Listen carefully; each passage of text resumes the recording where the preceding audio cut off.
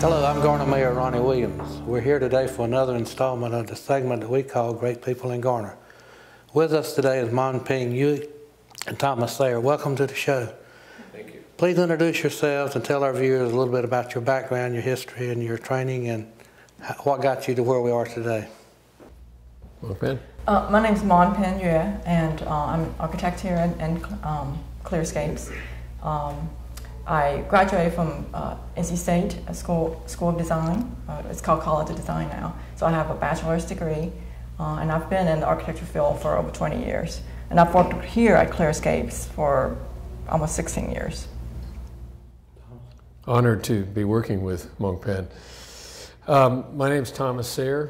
I come from a sculpture background. Clearscapes was formed 3 decades ago, improbably, by an architect and a sculptor, and I was the sculptor. Mm-hmm.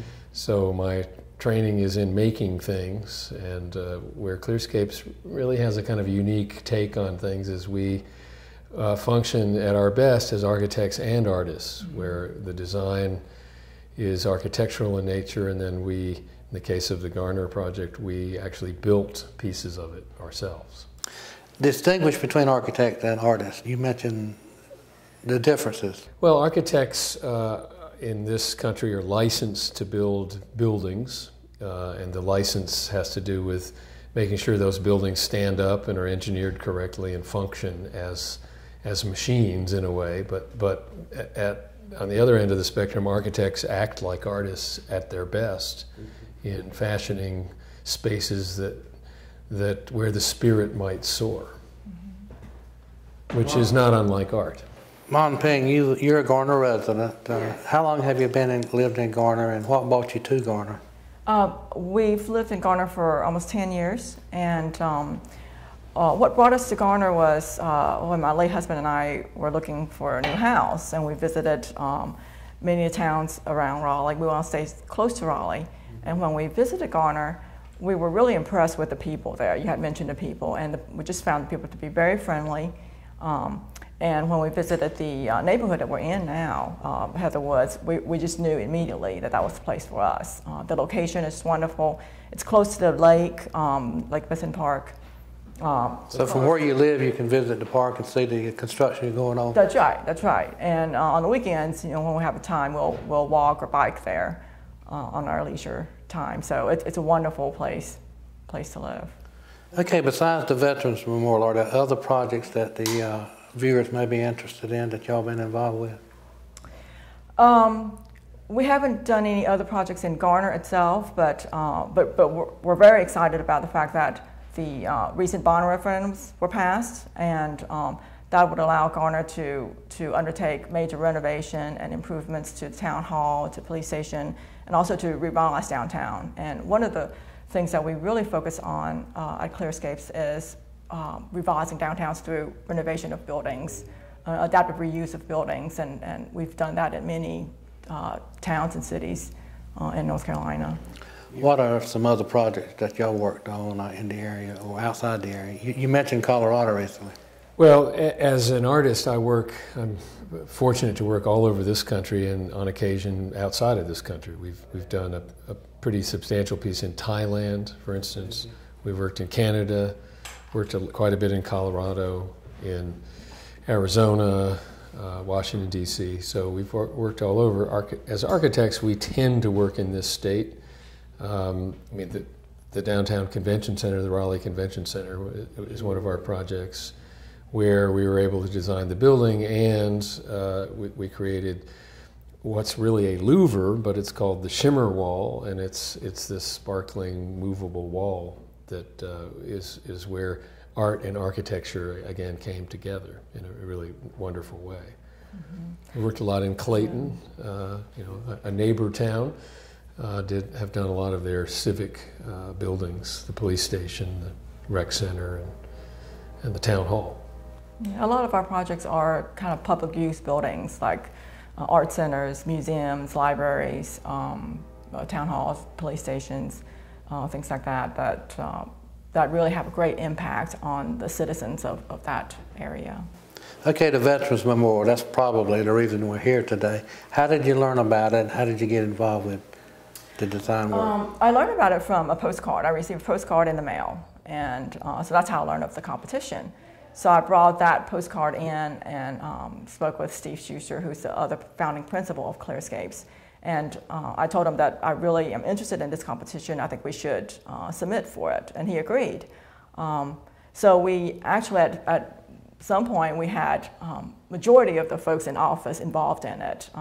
Each of us generated ideas, and we came together to kind of discuss, evaluate, and critique the ideas. And from the many ideas, we kind of narrowed down to 2 ideas that had a lot of promise. We worked on those, and after a few more days, we'd come back together and kind of select the most strongest idea to develop, and that's the project that we have now. So design is a very collaborative process, and we really worked on it as a team here at Clearscapes. There were over 10 people working on it. That's right, and we all kind of contributed to the drawings and presentation material and all of that as well. Thomas, tell us about your contribution to the project. Especially, I'm interested in how you decided to use the Eastern North Carolina red clay as the medium for your work. I was on the design team headed by Mon Peng. It was great as a principal to work for her, and so I made my 2 bits known. But the design early on was thought of as being reflective of how our wars have been fought. The troops in this state were largely from rural communities who plowed the fields and then put down those plows and went to war. And some of them didn't come back. And so these big slabs that contain on the inside carved names of all the fallen troops. The outside are earth castings, which is a term we've coined, and it comes from a decade and a half of learning how to make molds in the earth and then pouring concrete directly in Mother Earth and then lifting them up and standing them against Father Sky. And so the slabs that form the sort of outside of this piece come directly out of the earth that the people came out of, really, in terms of being farmers. And alas, those that didn't come back returned to the earth, as we all do at some point. So it's a big metaphor about where we come from, and in particular where our officers and troops came from to fight the various wars that are depicted in this monument. Okay, there's an artistic process involved in making these panels. You want to tell us about that? Well, they were our first attempt at making many in a sort of a commercial milieu earth castings. So earth castings, here's a model of one that's 30 feet tall that's going to Portland, Oregon. And so we dig, so they're cast horizontally. And in this case, we dig with a backhoe, put steel in the void or the mold, pour concrete, cure it for 28 days usually, and then pull it out of the ground, which is exactly how we made these slabs. They were made in molds where we actually imported good old Piedmont red clay, put it down and tamped it and created a kind of an agricultural field in a way, where the human tool shapes the earth. And then we cast that, and what is now erect out on this field catches the light from all the huge texture. I mean, there's just about 6 or 7 inches of texture of distance from the outside to the inside. And that has a lot to do with catching the light and being interesting as the sun traverses across this piece, which you see in some cases from great distances. You got any comments? Well, I was going to talk about the inspiration of the vertical panels. We've got the tall panels that depicts the history of the conflicts that our nation was involved in, and then the smaller panels are the individual soldiers who fought the war, and some of them didn't come back, and so their names are carved into those decades. And what I was going to say was there were 2 kind of interesting criteria for this design competition. One was the fact that this memorial honors all veterans, not just a veteran of a particular war, which has a beginning date and end date. You know, this is honors all veterans, and we wanted to be able to kind of add to it in the future. And the second criteria was that we wanted this memorial to be educational, to have an educational component. The committee members, envisioned having school kids, making a field trip to come over here and visit the memorial and perhaps learn about some of the history of our nation. And so that's where we came up with the idea of organizing it by decade. And in the decades where we do have conflict, you see, the vertical panels rising up like soldiers and sentries, and marching and formation. And then in the decades where we have peace, it's a horizontal plane where it kind of folds up into seating areas on each end. So you have an opportunity to kind of sit and reflect and look out into the wonderful landscape and really appreciate the freedom and the peace that we have at home because of the veterans who sacrificed their lives. In Charlotte, we have some colleagues and friends who run a precast concrete plant, which makes architectural pieces out of concrete. And we know each other well enough that they were willing to take on the idea of bringing, several tandem truckloads of wonderful Piedmont clay and dump it on their floor and by hand shovel it into these 33 molds. Some of which are almost 30 feet long. So it took up their entire plant. So there are molds, and we compacted the dirt with a jump jack compactor, and then broke that into these sort of clods, and then we arranged those in the molds, and then tamped them and whacked them with various tools so that there's the mark of the human hand in the earth, just like a plow marks the earth, and various kinds of cultivators, tools that us humans use to interact with nature. And all that story is in these panels. We then lowered steel into the cavity and then poured a special mix. We colored the concrete to be the color of the clay, using a permanent colorant iron oxide, which is what colors our clay in the first place. Let it cure, and then within each panel are various embeds that allow us to lift it up and handle it, put it on trucks and haul it from Charlotte to Garner, and then offload it and stand it up on a footing and connect to the footing via welding. And voila, there you have it. Yeah, and I just want to say that typically, the earth cast, Thomas usually casts the piece at the site, dig the earth and create a form and cast it at the site. But for this particular piece, because it is a public park, there are lots of people who visit the park, and it was just not feasible for us to do it, actual earth casting on the site. And that's why we chose to do it off-site and had to create kind of the mold and bring in the dirt and create it by hand. The park setting and location of the memorial, did that affect the way you approached the project in any way? Absolutely. For one thing, there are big distances involved. I mean, from the road you can see, but it's several hundred yards away. And then on the interior of the park, you also have long distances. Mm-hmm.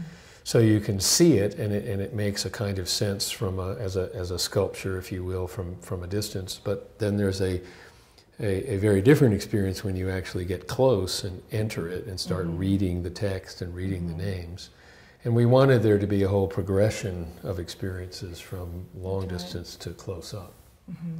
And also we chose to site it adjacent to an existing path because we do want to engage the visitors to the park. And we want them to be able to experience the memorial, on their daily jog, and perhaps to enter it and have a moment of reflection, during the day.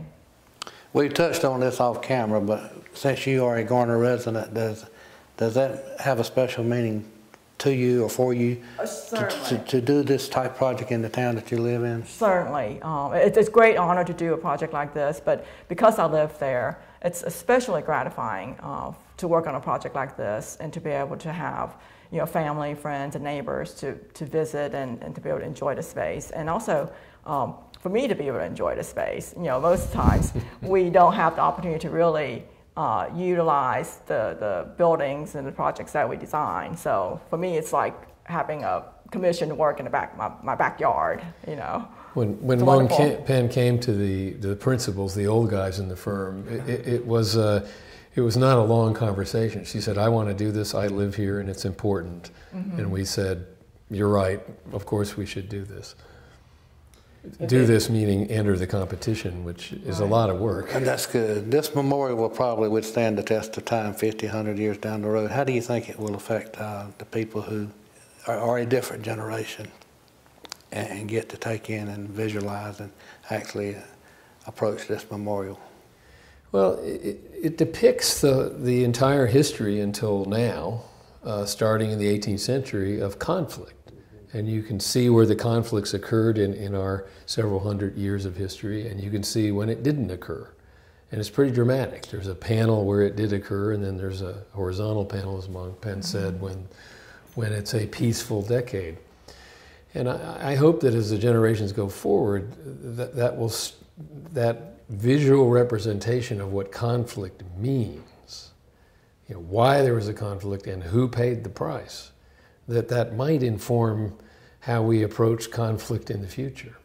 And whether we have more vertical panels marching on into the future, implying conflict, or not, is up to all of us.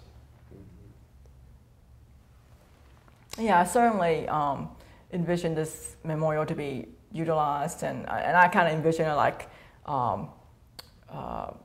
plazas in Europe, where you through the decades you see where people travel through it, and you see the worn paths, and you see perhaps rounded edges where people touched it and looked at it and really experienced the space. And hopefully, it would age very gracefully, and you can see how it's utilized and experienced by people. Is there one statement that can summarize the importance of the memorial?